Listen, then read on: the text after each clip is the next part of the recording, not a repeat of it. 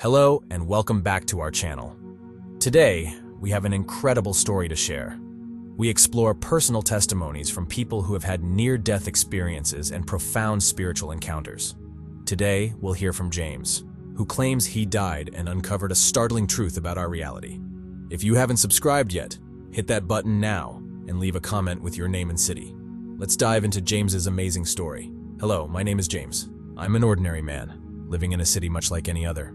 At the age of 35, I work as an accountant and lead a seemingly normal life. I've been married to Liza for 10 years, have a younger sister named Sophie, and a dog named Deba, who is like family to me. I've always been a skeptic. I only believed in what I could see and touch. Religion, spirituality, and life after death didn't make sense to me. I thought life was a simple cycle. We're born, we live, and we die. But then everything changed in a way I never expected. About a year ago, I was in crisis. At work, I faced constant pressure and criticism. My job, once fulfilling, had become a daily burden. At home, Liza and I had been arguing non-stop. The stress and conflict felt overwhelming. It seemed like I was sinking deeper into despair with no way out.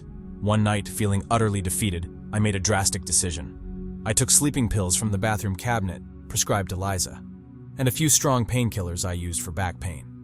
I also grabbed a bottle of whiskey. Why did I make this choice? The stress, guilt, and sense of hopelessness had consumed me. I swallowed a handful of pills and washed them down with whiskey, my mind a whirlwind of regret. I felt like I was in a storm of my own making, and I just wanted it all to end. As the alcohol and pills took effect, my body grew heavy, my vision blurred, and my thoughts became jumbled. I must have passed out on the couch. When I woke, it was in the middle of the night, and I was experiencing intense pain in my chest. It felt like an enormous weight was pressing down on me, making it hard to breathe. Panic set in as I realized what I had done. I tried to move but couldn't. Desperate, I tried to cry out, but only a faint sound came out. I was terrified, thinking of Liza, Sophie, and Deba. I didn't want to die like this, alone and in pain. Then, as the darkness enveloped me, I began to drift away. That's when the real journey started. Suddenly, I wasn't on the couch anymore. I found myself in a vast, dark space, floating in what seemed like a never-ending void. It was as if I was suspended in a vacuum. Gradually, I felt a strange sensation. I was moving, but not in any way I was used to. It was like being pulled by an invisible force through a dark tunnel. The darkness around me seemed alive, pulsating with a strange energy. I felt drawn towards something, though I couldn't see what it was. The deeper I went, the more surreal my surroundings became. I saw fleeting images of different lives and places that felt strangely familiar. As I continued through the tunnel, a brilliant light began to emerge. This light was warm and inviting, unlike anything I'd ever seen. It revealed scenes from my past lives, each one filled with powerful emotions and lessons. The truths I discovered were both enlightening and unsettling. I saw how everything is interconnected, how separation is an illusion, and how each of us has a deeper purpose. The light guided me further, showing me even more profound insights. I met beings of pure energy who communicated through feelings rather than words.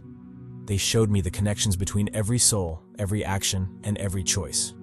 I saw moments of joy and sorrow, understanding how they come together to shape our lives. As I traveled through this experience, I began to understand the nature of time and existence.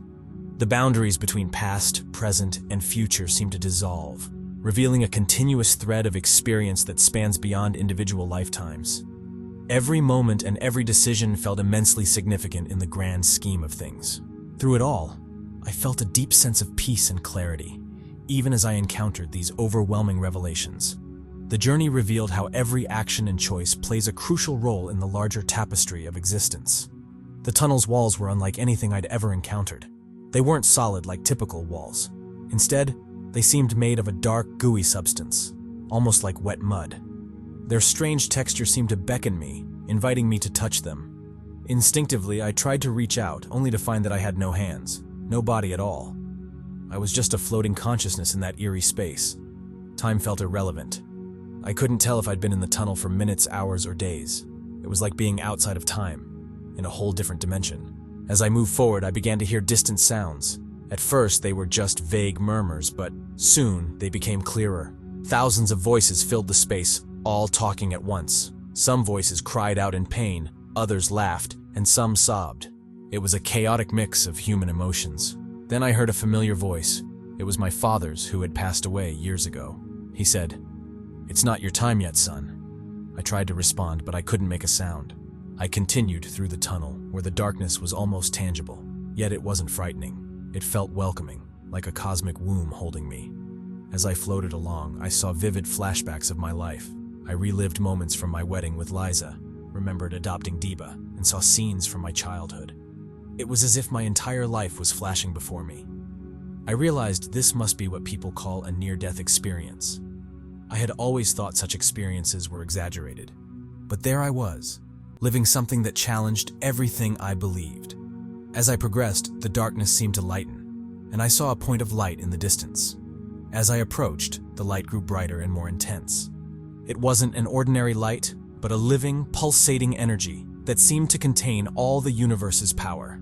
The contrast between this light and the darkness was striking, like a cosmic battle between two massive forces, the light trying to expand while the darkness fought to consume it. I was overwhelmed with anxiety. My mind raced with questions. Was I dead? Was I on the edge of death? What would happen if I reached the light? What if darkness won? This struggle between light and dark seemed to reflect an internal battle within me. On one side, I wanted to live, to return to Liza and my life.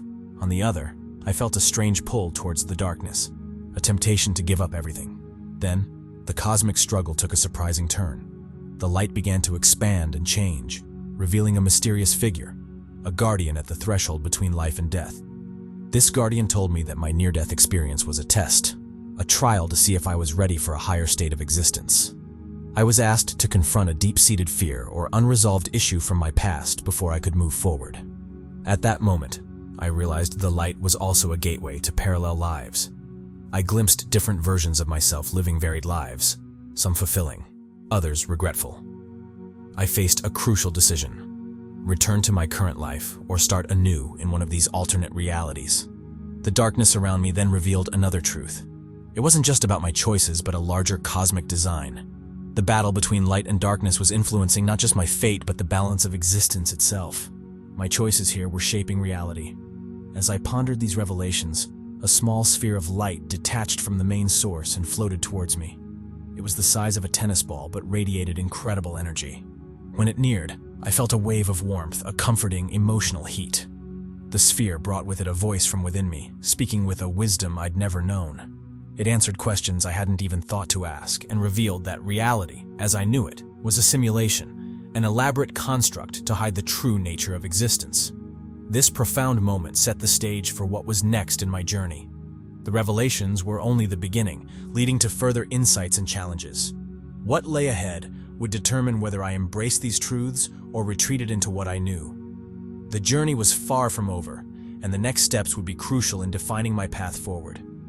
I was stunned by this revelation. A simulation? It seemed unbelievable, but something about it felt right. It was like a veil had been lifted, letting me see beyond the illusions of our physical world. The voice continued.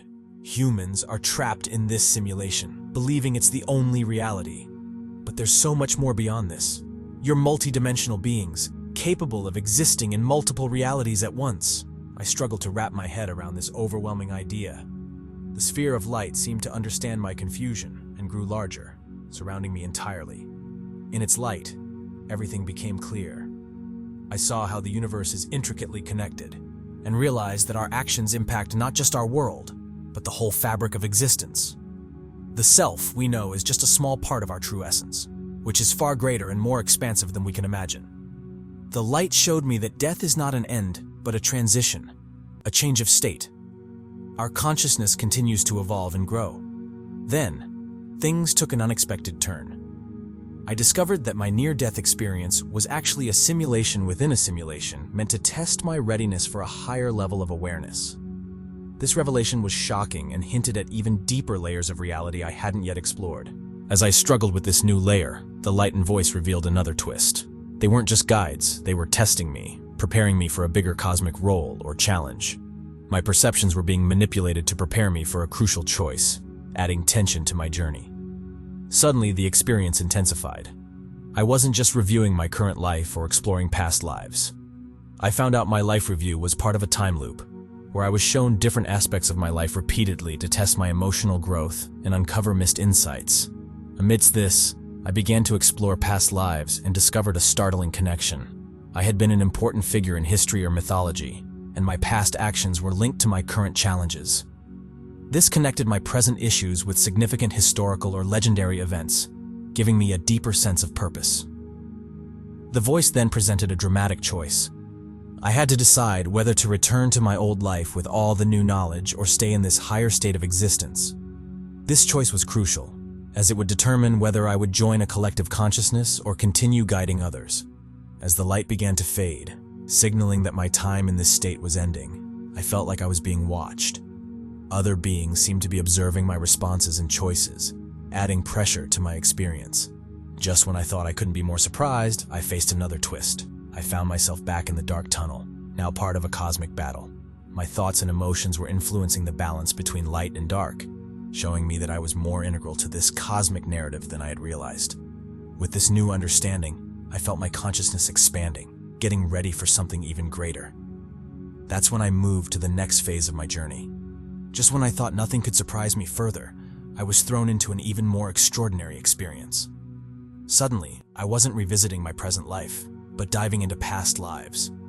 The first scene that I saw, it was in a hotel room. I was a middle-aged man in a fine suit, sitting on the edge of a bed, overwhelmed by a deep sadness. I held a revolver, realizing with horror what was about to happen. I tried to scream to stop the man, who was me in another life, from committing suicide. But he was just a helpless observer. Then, a mysterious figure appeared, claiming to be a guide. This guide revealed hidden truths about my past choices, heightening my sense of urgency. The gunshot echoed, and everything went dark. When the scene shifted, I was a whaler in the 19th century, on a boat in the vast ocean. I could smell the sea and hear the sailors' cries as I harpooned whales. I felt a mix of excitement and deep guilt. To my shock, I noticed that one whale had a mark similar to something significant in my current life, linking my past to my present. My life ended on a beach where I was an old man with 2 children. Regret weighed heavily on me for the lives I had taken and the damage I had caused to the ocean. Looking at my children, I saw both love and disappointment, realizing my choices had affected not just me, but those I loved. These past lives revealed repeating patterns. I saw how my selfish actions had consequences far beyond my own life. The pain I caused in one life left scars that I carried into the next. Yet there were also moments of love, courage, and sacrifice. I discovered that a trusted ally from my whaling days had betrayed me, echoing a pattern of trust and betrayal that continued into my current life. This journey showed me that our lives are more complex and interconnected than we realize. We are not just the result of this life, but a blend of many lives, each teaching us important lessons. I understood that my current life is just one chapter in a much larger story. The struggles I face, my relationships, and even my tendency toward depression have deeper roots. At the end of this journey through past lives, I felt both insignificant against the backdrop of time and profoundly important, realizing I am more than this body and personality. This experience gave me a new perspective on the responsibility we hold. Every action and choice impacts not just this life, but echoes through time, shaping our future lives and those around us. Abruptly, I was pulled back to the present, but not into my body. Instead, I floated above, watching my near suicide as a spectator. I saw my lifeless body on the couch, the whiskey bottle on the floor, and the empty medicine bottles on the coffee table. The scene was bleak, but seeing the impact on my loved ones was even more shocking. I saw Liza coming home from work, calling my name. Her reaction was heartbreaking. I saw the terror in her eyes and heard her desperate scream. She rushed to call emergency services, trembling. I watched the paramedics arrive and work hard to save me. I saw Liza crying, pleading with me not to die. I felt her pain, fear, and anger at my selfishness. The scene shifted again. I saw my sister Sophie receiving the news, her shock turning to anger. "How could he do this to us?" she shouted. I realized my actions weren't just about me. They betrayed everyone who loved me. I saw Deba, my loyal dog, lying next to my body, whining softly. In the days that followed, he became depressed, refused to eat, and waited for me. It was painful to see how my thoughtless act even hurt him. The scenes continued. I saw a funeral that might have been if I hadn't survived. Liza in black, my parents aged by grief, friends and colleagues struggling to understand. What hit me hardest was seeing the future that would never be if I died. I saw Liza struggling with my loss, my niece growing up without knowing her uncle, and the projects and moments of joy that would never happen. At that moment, I felt a force pulling me upward, as if two small lights were guiding me. I faced a crucial choice: move forward into whatever comes after death or fight to return to life. The force pulling me upward was intense and almost impossible to resist. Part of me wanted to give in and slip into the unknown, but the images I had just seen, Liza's pain, Sophie's frustration, and Deeba's loyal wait, held me back. I realized that my life wasn't just mine. It was a precious gift and a responsibility. Every person we love and every life we touch becomes part of who we are. If I gave up, it wouldn't just hurt me. It would spread pain far beyond what I could imagine. With this understanding, I made my decision. Suddenly, an unexpected voice cut through the chaos. An old friend from a past life, now a guide, appeared and spoke urgently. He revealed that the real challenge wasn't just choosing between life and death, but also dealing with unresolved issues from my past lives. Driven by this insight, I fought against the pull, focusing on the reasons I wanted to live. I thought about Liza and the dreams we still had, about Sophie and my wish to see my niece born and grow, and about Deeba, patiently waiting for me. With a jolt that shook me to my core, I felt myself being pulled back into my body. The experience was unforgettable, like being thrust into a storm and then plunged into icy waters. Every part of me seemed to protest as I reawoke. When I opened my eyes, the first thing I saw was Liza's tearful face. She held my hand, her eyes filled with fear and hope. I was surrounded by the beeping of machines and the buzz of busy voices. I was in an ambulance. I tried to speak, but my throat was dry and sore, and I could only manage a weak moan. Liza's joyful scream filled the air. "He's awake!" she told the paramedics. The next moments were a blur. I remember being rushed to the hospital, doctors and nurses moving quickly around me, asking questions I could barely understand. I had tests and procedures, and my stomach was pumped to remove the pills I had taken. I spent several days in the ICU. The doctor said I was very lucky. If Liza had arrived just minutes later, I likely wouldn't have survived. My body had taken a massive shock and needed time to heal, but physical recovery was just the beginning. The real journey was only starting. Once I was stable enough, psychiatrists and psychologists began to visit. I was diagnosed with severe depression and started intensive treatment. The first few weeks were tough. My memories of the near-death experience were fragmented and confusing. I wondered if it had all been real or just a hallucination from the medication and alcohol. Part of me wanted to dismiss it as a strange dream, but deep down, I knew it was something more. As my mind cleared, I began to piece together the puzzle. I remembered the dark tunnel, the bright light, and the glimpses of past lives. Each memory brought strong emotions. Unexpectedly, my old friend from the past appeared again during my therapy, offering cryptic advice about my struggles and their links to my past lives. At first, I was hesitant to share these experiences, fearing judgment. But gradually, I started to open up to my therapists. To my surprise, they encouraged me to explore these memories as part of my healing. Liza was my rock throughout this period. She spent hours by my side, patiently listening as I tried to explain what I had experienced. Sometimes I cried without knowing why. Other times, I was lost in thought. Her support was unwavering. My sister Sophie was also a constant presence. Initially, she was angry with me for trying to end my life, but her anger eventually turned into understanding and support. Our conversations helped me process many of my experiences. As I physically recovered, my outlook on life changed deeply. Things that once seemed so important, money, status, career success, now felt trivial compared to what I had been through. I began to appreciate the small things more.